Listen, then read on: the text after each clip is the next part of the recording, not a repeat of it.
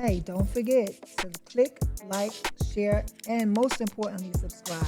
And hit the bell notification in the right-hand side of your screen so you'll be notified when we drop new episodes every week, Wednesdays at 12 o'clock. Continue to follow Femme Queen Crazy, Sexy, and Cool.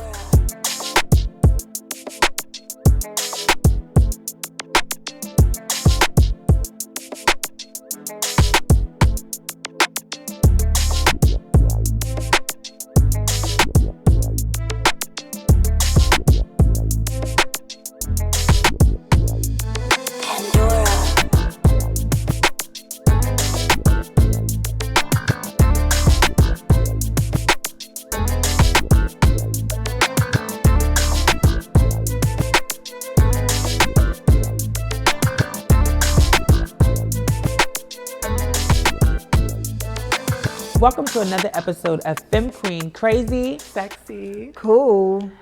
In this episode, we will have two very special guests. We have two icons that are fathers and founders of their own house. We have Harold Balenciaga, and we also have James Icon. So I can't wait for that. And also on this episode, we will be getting to know a little bit more about Asia. Darling. Are you ready? Asia's in the hot spot. Okay, we're going to get up and personal in your business. Okay, let's see. It's okay, because I can't wait to get into your business. They're next, so. How was your weekend? It was cute. It was kind of a trying week for me. I feel like this is that week of realizing where I'm at mentally, and I will say I'm proud of that. Mm-hmm. But I'm seeing some of the red flags of like the bad spirits, so bad juju. Well, bitch, are we in retrograde or something? Because all the shit that was happening before the show today. Oh my God, did you? Oh my God. I'm like, what? But you know what? What I do want to say is that I'm so proud of us being committed to what we want to do. Recently, like, you know, as we're going to when I went to see you perform at PAC NYC, that was so beautiful. But having the conversation in the back with Andre, and he's made mention that, you know, what you are doing are changing lives. Mm-hmm. And at times when we look at the monetary gain or the monies of it, the lives that we are changing supersede that. So sometimes we have to be committed to changing lives. So we believe in this project. That's why we continue to show up. And we showed up in spite of those challenges, because we know what we want to do is change the hearts and lives of people. Them challenges was knocking at that door. It was one after one. So we're just very happy to be here. God. So this is going to be an amazing episode, and we're going to have so much fun. This is what you call a Femme Queen snapback. This was a hot weekend, though. Like, I mean, this was a hot week. It was Halloween. We just came up for Halloween. Maybe that's what it is. I got to do the parade. Maybe that's what she was saying.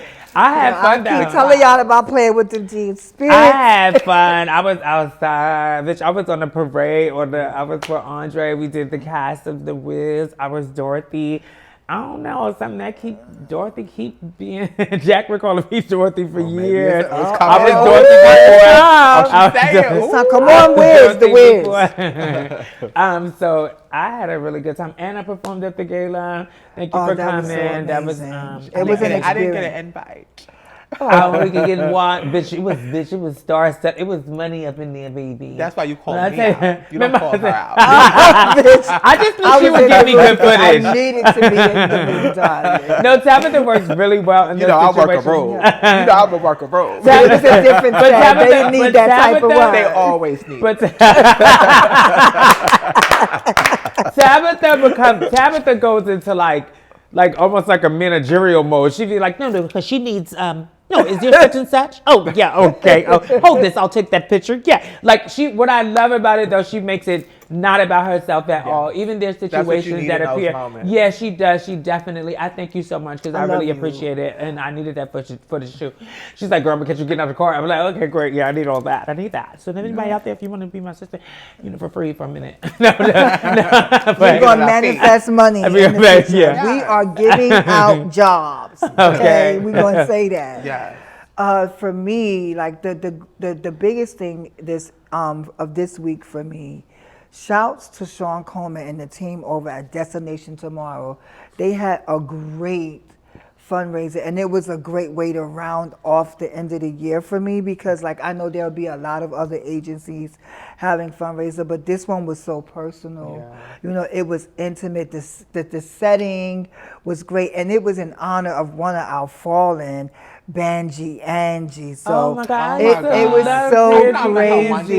time. I'm like, It one was time. so crazy. And the thing about Shout ballroom, out you to know, we BG. always got to put ballroom in there. So normally when we go to these events, you see like the stage and people walk up the stage. This specific stage had a runway. Oh, it was giving so you stars had and to come statements. around that work. and Work, make your Sean. entrance, and the room kind of like, it was your LSS moment as that's you were cute. receiving the Oh, award. beautiful. It was amazing. Shouts to the team. Thank you for your continued work at Destination Tomorrow. I know that they changed my life, and I know that they will continue to change lives. Well, this weekend, I had the opportunity to sitting on one of my favorite girls, Alexis 007. Shout out to Lexi. Shout out Sexy to Lexi. I was on her couch, and it was beautiful. I had a really good time. And I had a really good time, actually. It was some things after the fact. Even when I was talking to her in that moment, I just realized where I'm at mentally. I'm just so proud of myself. You ever sit back and just visually look at where you're at mentally and be like, damn, you better go, girl. You made it. Like, you good. Like, it's just mentally, I feel like I'm such in a better space.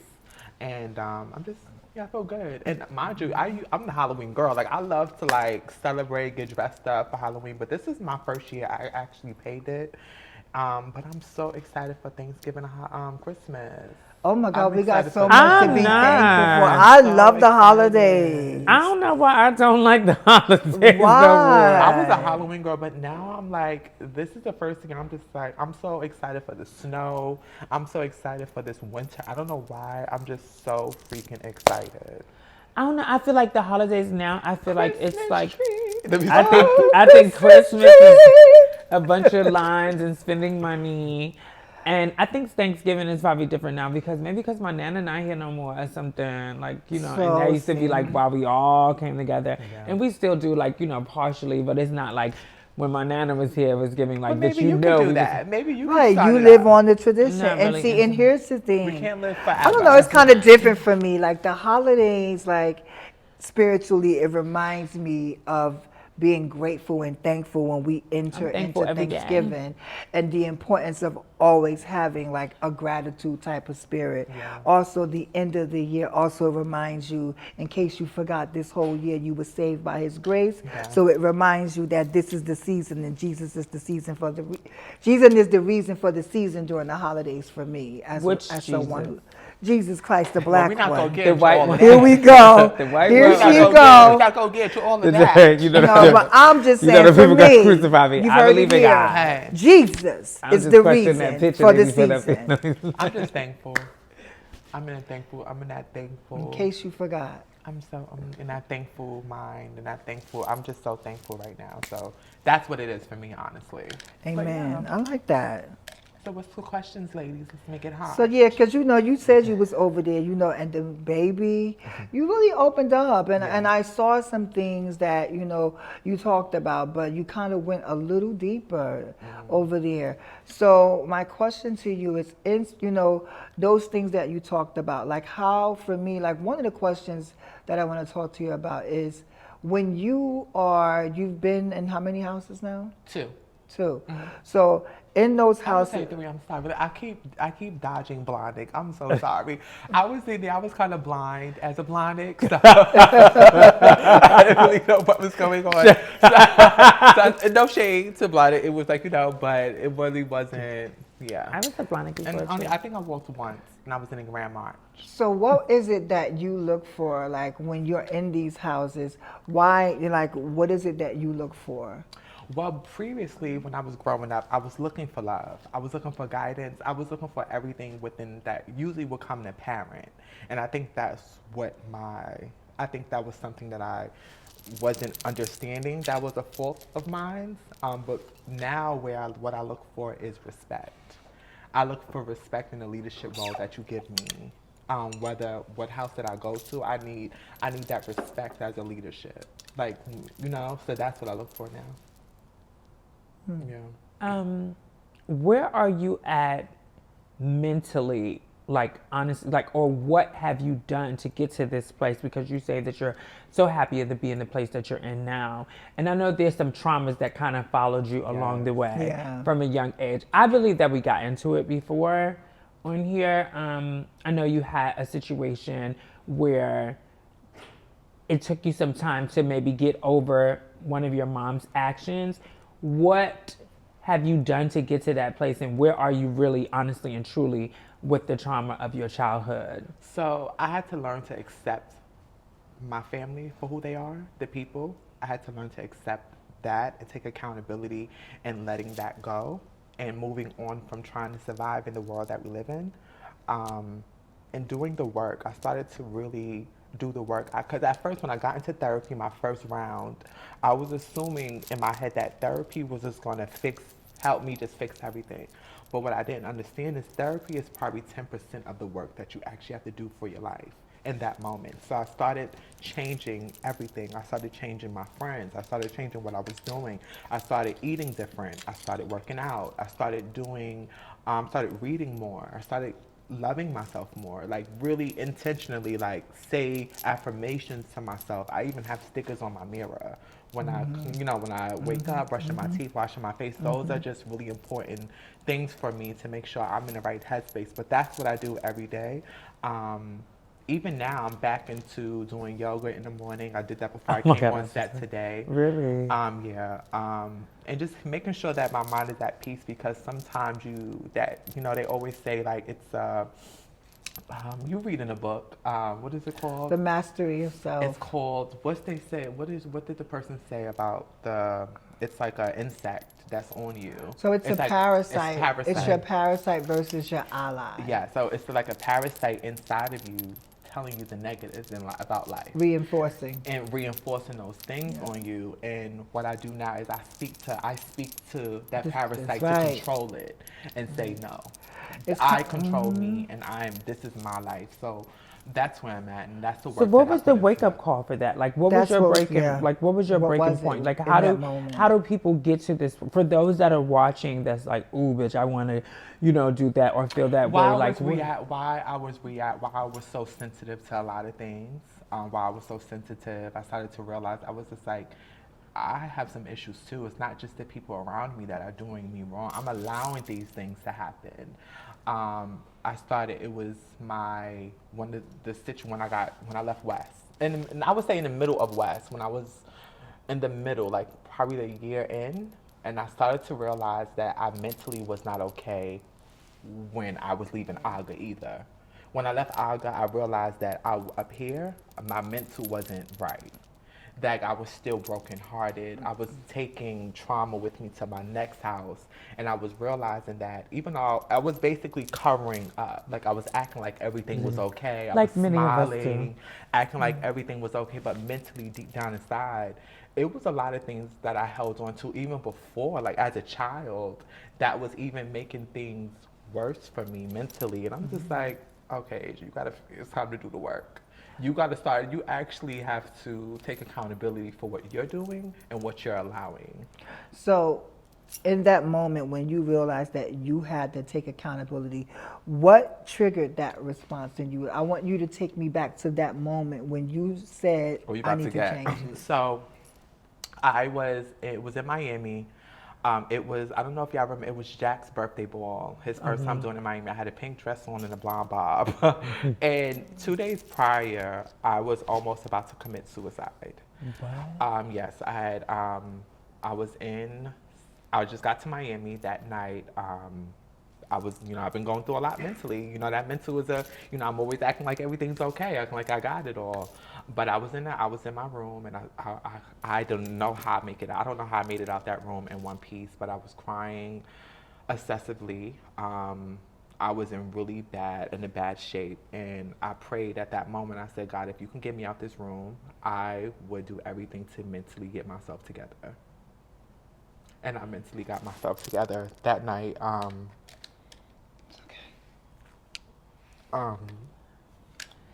girl, you about to have me crying. It's okay. We love you. Yeah.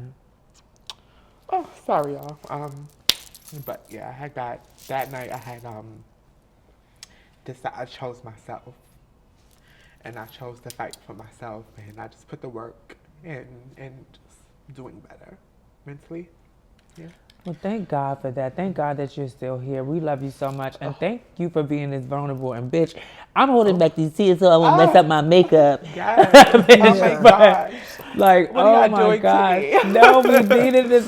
Okay. Oh my God. Thank you so much. You have grown. So I just want to say you have grown. So your growth shows in your glow and your glow up. And just from the time that I've known you in the past few years, I've seen the transition and the change coming over. I've seen that, and even for you to be able to sit here, because you remember in the beginning when we would try to go to some, you wait, like, you know what I'm saying, you don't want to go to certain places, but for you to be able to share that, and how many people you're sharing that you're saving out there, and these little girls that are watching you and knowing that they don't have to go there, like, because a lot of people go that route with suicide, and that has to be the worst feeling. I'm feeling like that, you know. So I thank God that you're still here. Thank God that, and thank you for being so vulnerable. Yeah, like for me, it's that, right? It's the comfortability with being okay with sharing that part of your life, which speaks to the level of healing that you are committed to dealing with and addressing those traumas. Like, and I know there's probably some girl out there or some young person out there who is seeing this and is probably feeling how you felt in that moment. Yeah. What would you tell them, and what, like, this is a two-part question. What would you tell them, and what are you continuing to work towards to make sure that that you continue to live out a life that you see for yourself? The first thing I say to the young girls, and just to anybody, not just to the girls, but anyone in this space, my main thing I tell people that I always tell myself now is to choose yourself, choose happiness, choose that every day you wake up, like choose to be happy. Choose that life of peace. Choose to take accountability.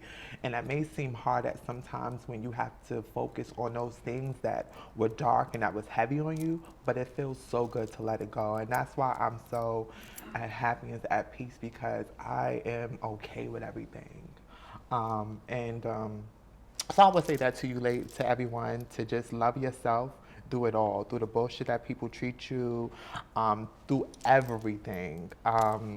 Choose yourself and love that person no matter what, no matter how many people break you down, or no matter how they, like, because that's one of the hardest things. It's like when you have so many people in life beating you down every day, you start to feel like, I should beat myself down as The too. parasite Like over. you start to not love yourself in those moments, because you feel like, well, if everyone else is beating me down, then maybe I deserve that. That's why you date the type of guys I was dating, those type of things where you're looking for acceptance in certain places. And so learn to love you. Learn to really accept everything that you come with, because the growth that can become from that is mesmerizing for me. I be in awe sometimes at where I'm at mentally, for real. Do you have any regrets in ballroom and out of ballroom? One in ballroom, one out of ballroom, if there are any, and if so, what are they? No, because I feel like everything made me for who I am and where I'm at today. I would say back then I would have said, that. But where I'm at now, I think no, because I have sat back and I've grown from that. I have grown from things that I have done wrong. I have took accountability and apologized to those people, even still to this day. Things that I have done to people, I like to right my wrongs, and I like to hug those people, or just in general where sometimes I've done things to people that wasn't nice, or I didn't come off nice, and yeah. What are one of your biggest dreams or goals that you want to accomplish in life? So my biggest goal right now, I would say, is building my brand, sticking to that, and also not caring. I've put so much pressure onto myself to be so perfect, and now I'm stepping back into ballroom, I'm trying to find a care. I'm trying to find like a care to kind of, because you have to care a little bit. So as far as like, because you're competing.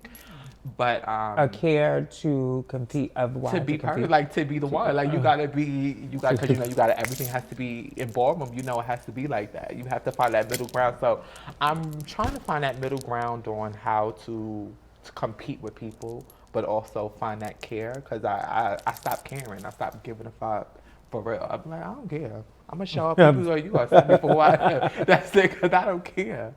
I don't care. But I also think you need a little bit of that attitude when you're in competition because it can only be one.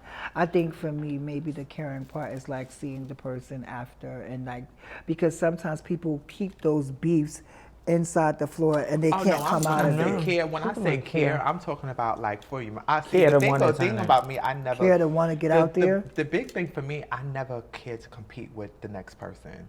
I was always competing with myself. Always. Every ball I walked, that's why I didn't care to battle whoever because I'm a competitor. I'm a competitor in competing, but for me, I always thought I was not to be funny. I thought I was the best thing out there. So, and that's not to say that other people are not great.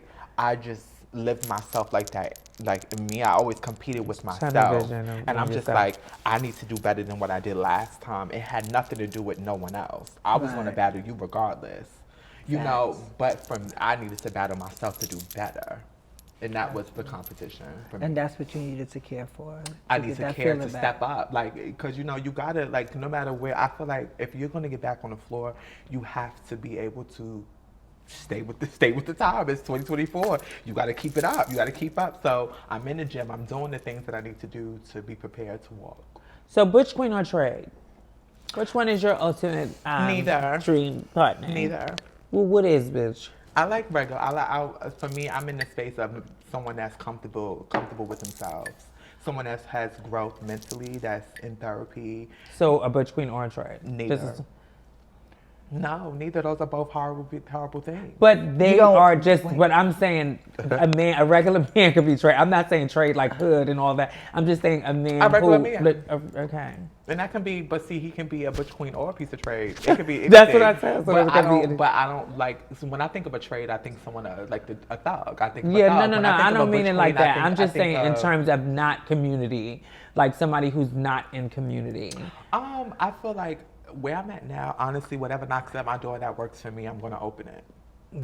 Okay. So you're open to all? I'm not open to all, but I'm open. Like, I'm open. I want a man. I definitely want a guy. I want him to... What you don't want? Tell him what you don't. A cis man. A cis man. You don't want a cis man? I only want a cis man. Yeah. No. I only want a cis man. Okay. Oh, so you done? What? With, like you don't. She only always likes cis men. I only like cis men, but I know that's my thing. Who do you want to back when you come back out, when you really hit that floor and you really want to make it hot and you really want to motherfucking get it to going and get your 1-2s out there? Who do you want to see on that floor? I can't even say that because for me, I think my only competition was my generation. But right, so if one of them came back, if they come back. Well, I definitely, to be honest with you, I'm literally taking Jasmine's head off when I see her on the floor, demolishing her. That's gonna be, yeah, definitely. That's really it. I would say it's other people I want to battle. I want to battle with my sister Veronica. I want to play with Paris. That's one of my dream battles is Paris. I feel like Paris, West? No, Paris. No, I don't know if she's in the house. I don't know if she's in the house. I think Paris, is she back on the law? Paris, the law from the Midwest. Oh, Paris. Mm-hmm. Oh, no, I don't think, no, she's not in the law. I don't know what house she's in right now. She might be a 007. You want a piece? Yes, that's one of my favorite girls. I like to battle, I actually like to battle people that I like. The only reason I care to battle Jasmine because she has a lot of this. So I'm just like, let's just bring it to the floor. So you see she lighting it up, but I actually I want to just get there, I know that you said in that moment and you asked God to get me out of there. Mm-hmm. Like if you get me out, what got you out of there? My strength. I asked God for the strength to get out that room. And because I didn't want to commit. What was on the other side of the door? Leaving this, going out. If I walked out that room, I was going to be alive. If I would have stayed in there, I would have be alive. Where'd you go? I understand that prayer because I've had that prayer a lot of times. Like, Lord, get me through such and such. And it was really like I was screaming, Lord, get me through there. Yeah. Jesus. And I was in a, you know, when you in those boutique type of hotels, you know, you ain't got a next door neighbor. Like the next door neighbor really can't hear you. So I was crying, I was screaming, and it was pitch black in there. It was no light. Like what? Like how did that just come about? It was so many things that were beating me down. I just felt beat down in life. And this was after the ball? No, before. It was right before. So that's why I always emphasize that, because you see how someone can walk out there and you don't know. And you don't know. And people just don't know. So it was in that moment, I was just going through, you know, ever since I was born, and I don't say this to sound like a victim because I'm not. It's my story. And I'm not upset by it. Can I ask one question before you say that? Why do people say that they're not a victim when they were a victim in the situation? Because I don't like to sound like, you know, like the record that's going on and on and on and on. I don't. That's not a negative word. No, it's not. But But I don't like to live in that as a victim because it's my story, and I look at my story as a. You're an overcomer. Yes, that's. I see that. I see what you're. I overcame this. I see where you're going. It's okay to say that this happened to you and sit with that. You were a victim at that point in your life, but I also understand what you're saying. How I tell myself about that incident in my head is how I shape what I do with this feeling. Because if you stay in the victim mode, then you're reliving it. And that's what I'm saying. Like I don't want to stay I don't like to say victim because I don't want to stay in that. I don't want to stay in that, you know. And my main thing is I had to really do work. Every day is work for me. Every day, because I feel, you know, ever since I was born, I felt like I've been fighting. Even when I was in my mother's stomach, I felt like I was coming. Yeah, my father put a gun to my mother's stomach and was like, if I ever see you again, I'm taking your head off. And my mother told me that story, telling me that story in her stomach. Like she told me what was going on. So I feel like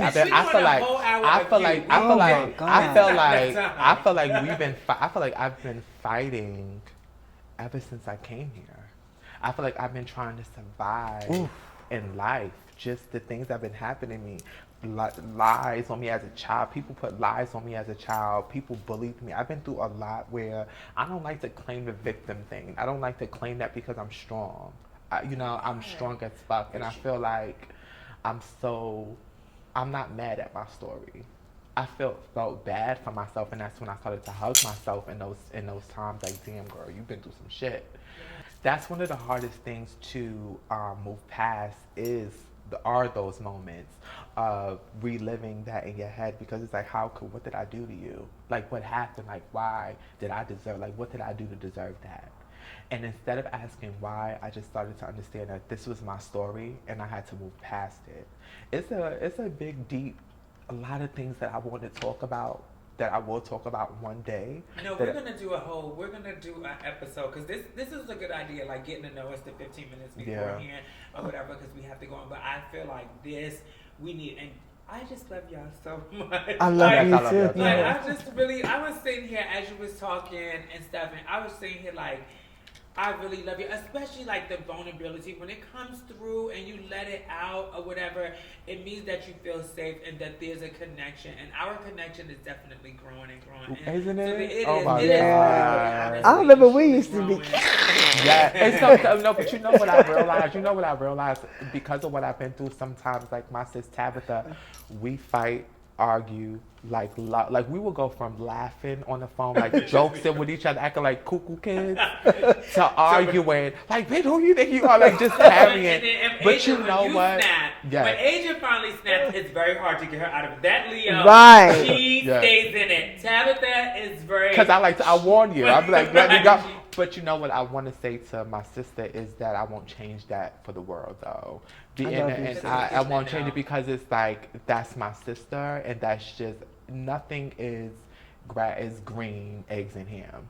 Is there some things that we have to learn as friends to how to communicate with each other effectively and understand our triggers and things that we got going on in our lives and respect each other. And I love the fact that we take time to say, sis, I didn't like this. or I didn't like this, and let's do better next time. And that's grown woman. Like, that is so grown. And I think I'm the type that I like she pays study it down. behavior. No, so I study behavior, so I kind of try not to trigger unless you push me to the point of now I'm about to fuck with you. Like, you know. But you now, know, like, because I'm like, Asia's not coming back down, and then it'll push me. Like, we don't really get into it, but when we do, y'all go at it. And but see, but here's the thing really, though. But here's the thing for me. It's like this is at times when we have to buffer each other. Yeah. I understand when you say I always think about, okay, before I let you have it, I'm gonna give you a pass. Because I'm one that I will sit in it. I'll sit in it and I'll show up for you because I look at the end result. Like I try to understand what's happening right now. And we challenge each other to grow. And I think that's where, you know, the dissension, that's why I said it's not always, you know, kumbaya with us. We do go through our issues with each other, but we're women enough and we love each other enough to see past that and to continue to keep our sisterhood. And that's why I love y'all so much. Yeah. So I just want to say to the people that listen to me talk all the time, the reason I'm so out, like I'm not afraid to tell the things that I've been through. Some people say, damn, I don't know how you have the balls to talk about some of the stuff. And cause I talk to my nieces, I talk to my kids, I tell them the things that I've been through. And the reason I tell people that is because I want you to make better decisions. I want you to look at my story and say, it's not to shame me. It's not to, I don't care if you try to make fun of that situation. It's more so to educate others and understand that you have the opportunity to do something different. And don't be scared to tell your story either to the next person. Because I feel like we're all here on earth to help each other get through other things. Transparency brings you to another levels and different opportunities. And sometimes you have to turn yourself inside out so you can really see yourself. Well, I love y'all too. Well, this has been wonderful, and I think that we should bring on our amazing guest at this time. Yes. And we'll be right back with our guest. Yes.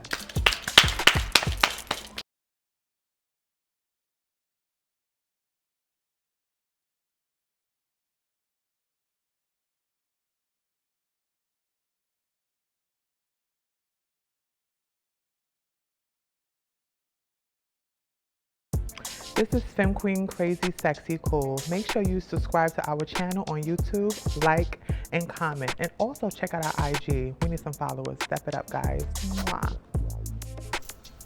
When you think about iconic, when you think about executive realness, father of the year after year, founder, you can only think outspoken. You can only think of this man.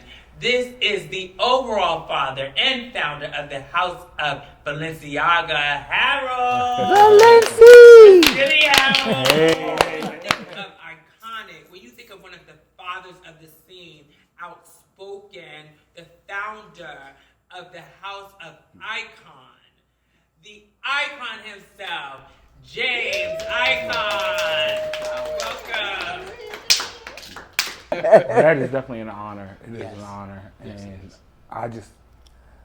I'm not saying it because he's here, but I tell anybody that's close to me knows that this man is such an inspiration to me because of, you know, just his paternal relationships that he has and the respect that he commands from everybody that's, you know, been under him. There's always this love for him. So I've always tried to take that quality from him and just kind of put it in my life.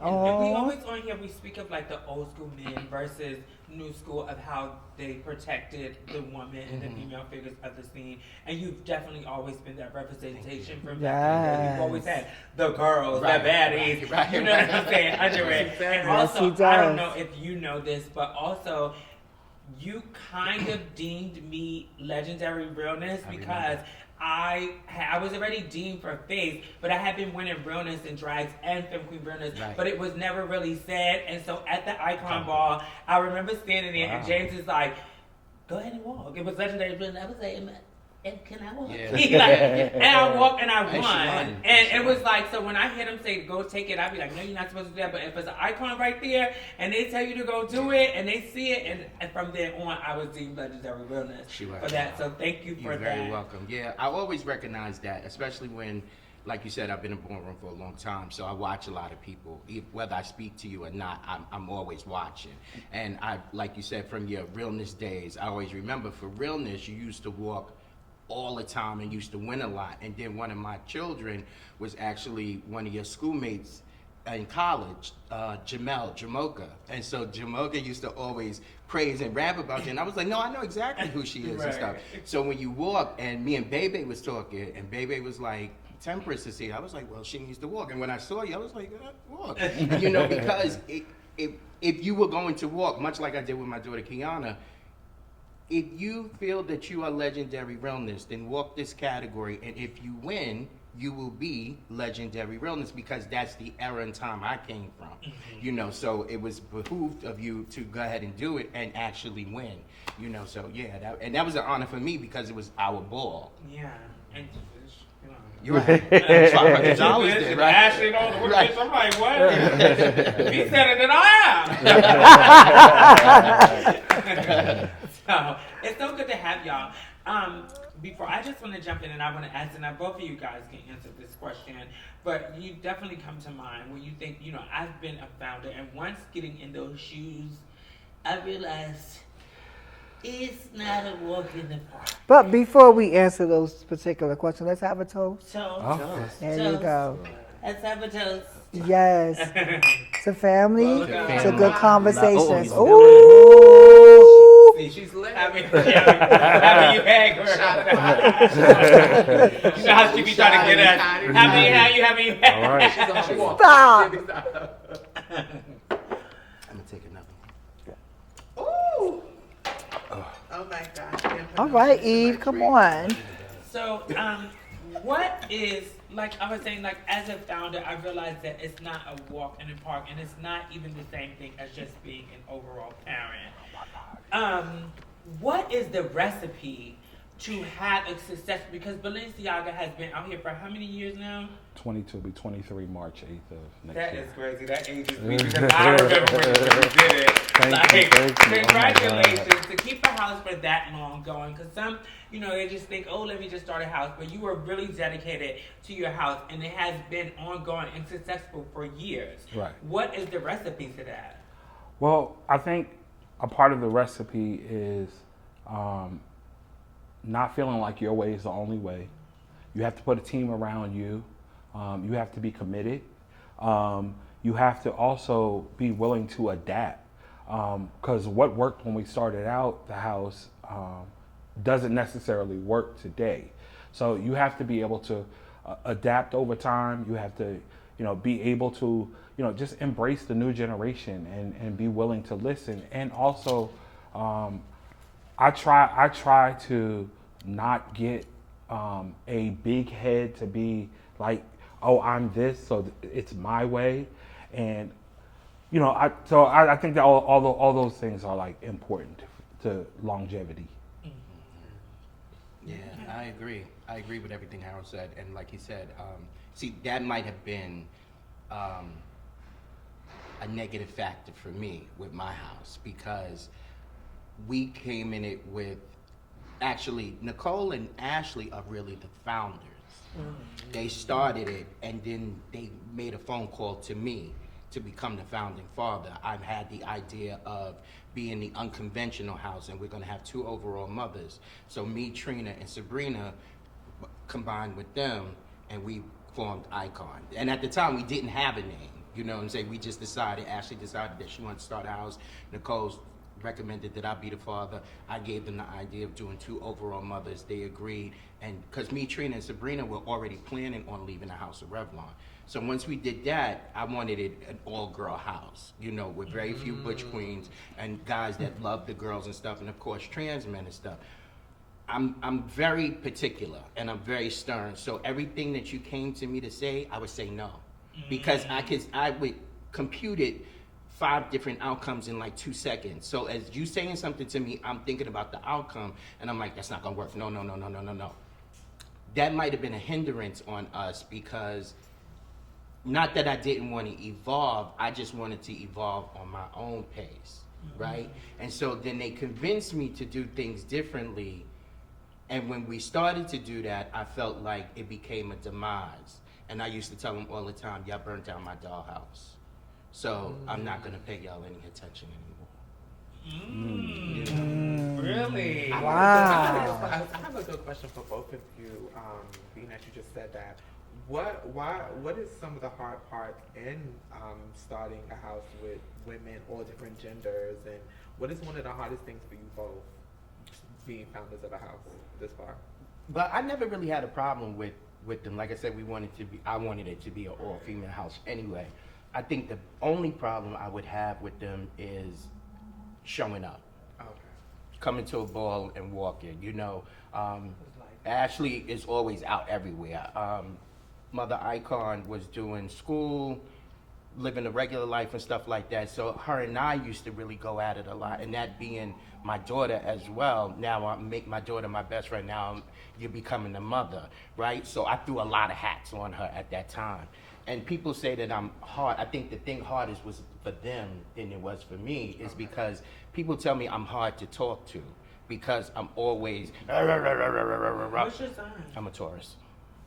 Oh yeah. I feel like you know what's crazy? I feel like Right, I've never gotten That's that. what I said. Yeah. Like that's what I said. I am easy to talk to. So for me, I'm an easy person to talk to. I just need you to come and say it to me.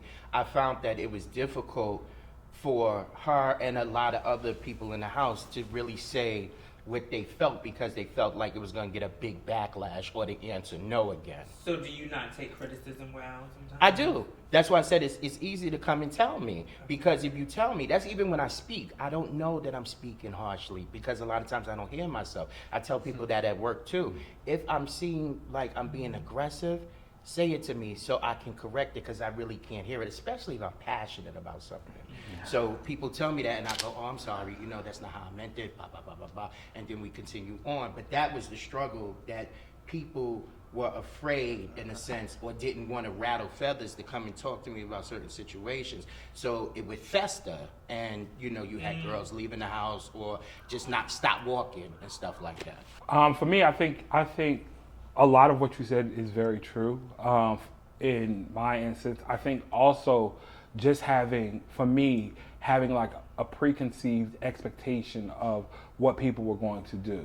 I think that over the course of time, one of the things that I've learned is to embrace people for their strengths and what they can bring. Everybody isn't going to do the same thing. I'll share a story. A few years into Balenciaga, the executive board at the time felt like, Raquel's off doing other things. Maybe we need to move in another direction. There was a guy who was a founding member of the House of Balenciaga. His name is Calvin. From Atlanta. He's from Texas, but he lived in Atlanta at the time.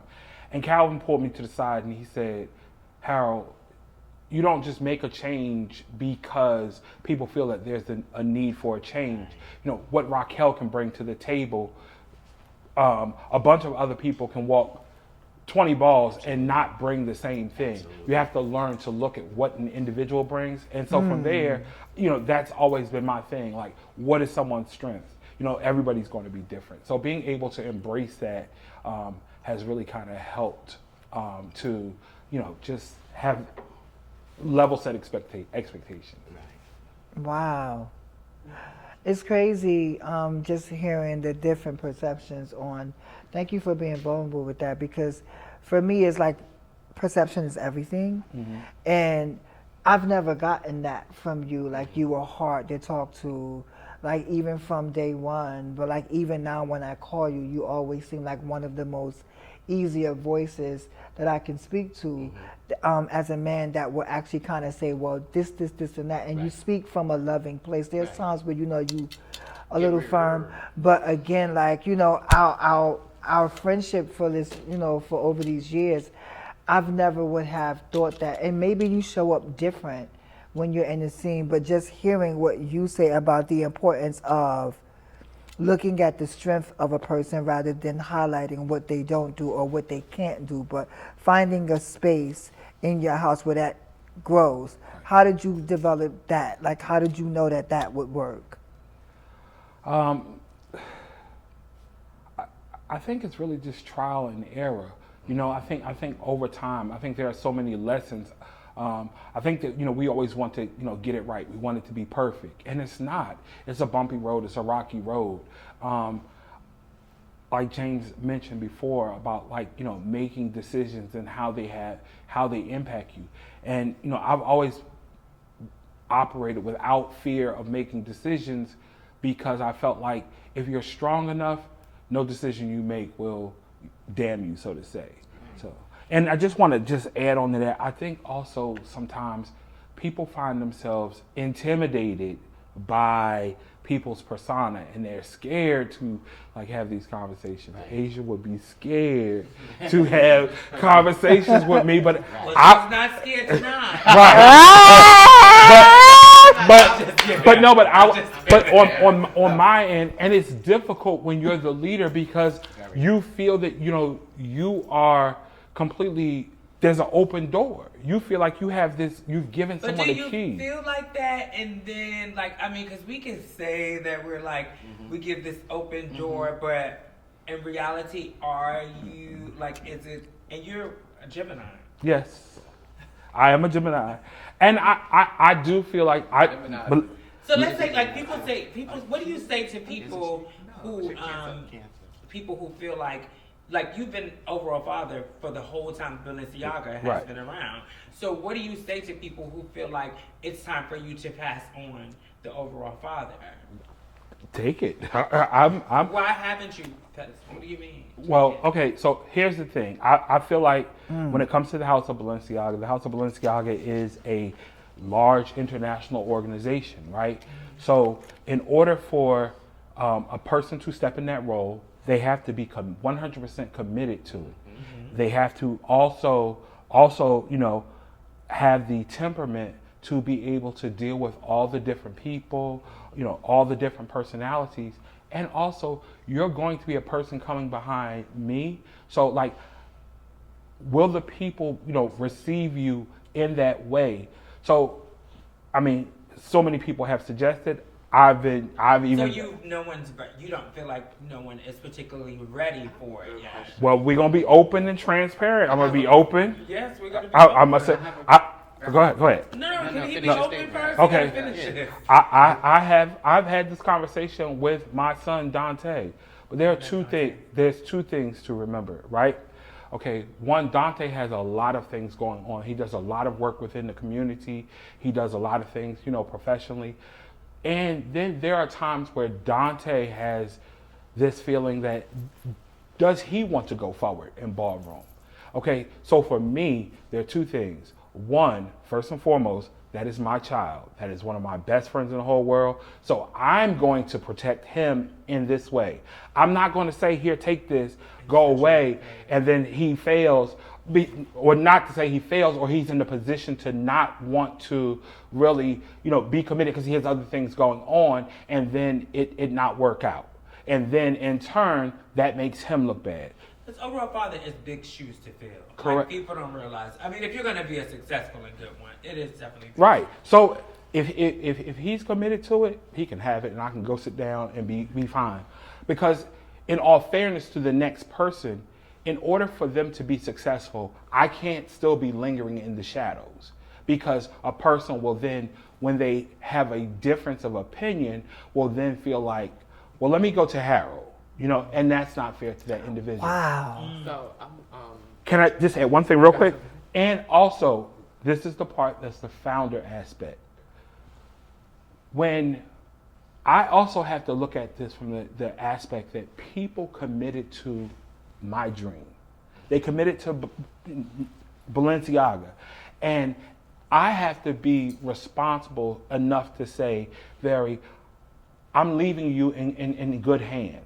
So, you know, so for everybody, whether you're in Philadelphia, DC, LA, Paris, Italy, Russia, you know what I'm saying? I have to make sure that when I say hey, I'm giving this to this individual, that those people still feel the same level. So, I mean, and we have some good leaders in the house. So hopefully at some point somebody does. Go ahead. So when sometimes I hear the leaders of our community, and I consider you both leaders, I don't think there's not anyone that's going to be able to fill your shoes, Right. because you built it. It's your baby. You understand it in a different way. My question to both of you is: do you feel like you helped push people in that direction to come in, do what they need to do to kind of take handle of your houses? Do you feel like you have built someone in your likeness to continue? Well, probably not. Okay. You know, and that was one of the reasons why I didn't become the overall father of the House of Revlon. Okay. Because I was the acting father, right? So I can act like the father and stuff like that. When it came time for Danielle and Tony to make the decision that me and Mother Icon were going to become Mother and Father Revlon, but Danielle had passed away, we put a pause on it. But it gave me an opportunity to say to myself, I can't fill your shoes. I can't be you, you know, because that would have been the expectation for the unforgettable House of Revlon. I never really even wanted to be a father, period. I thought it was a curse that you become a father of the house, you die. Oh God. In my time. Oh my God, I never thought like that, but it's so funny because there was a house that people were dying like that, and I was like, oh my God, they keep dying. I don't know. That is so crazy. Right, but that was my experience coming up. So when we got to this house, there was one person in the house that we thought would become the father, right? And we were already close. And actually, we were in a relationship before the house, and we broke up during the house. But he was the one that I fueled everything into, because I knew he was a winner, he was a champion, he lived for the girls, we were the same sign, he had the same vision and stuff like that. Life took a different direction, and I was like, okay, that's not gonna happen. So then it was one other in my house that I felt like could have become the father, so I poured it into him, and I used to always tell him, you remind me of Harold. You know what I mean? I used to tell my son this all the time, you remind me of Harold. So when you do it, I want you to run it and pay attention to Harold, because I like the way Harold house runs. Even when Harold separated himself for a moment in time out of the house, they ran itself. You know what I mean? With people, we don't know the interior, but the exterior. I felt like they were sleeping. Right, but the experience was that Balenciaga was still one of the top 5 houses running the ballroom and stuff like that. So I used to feel that into him. But once that failed, I said, I'm paying it. Yeah. So no, I didn't.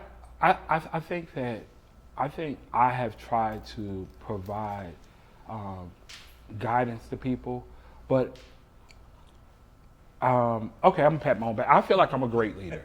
So I feel like that the most important thing to being successful is being committed and being a student. When you have someone teaching you, then you have to embrace those lessons. We'll get into that because I'm gonna talk to you about that too. So, but yeah. You guys haven't really had a conversation since you left Balenciaga.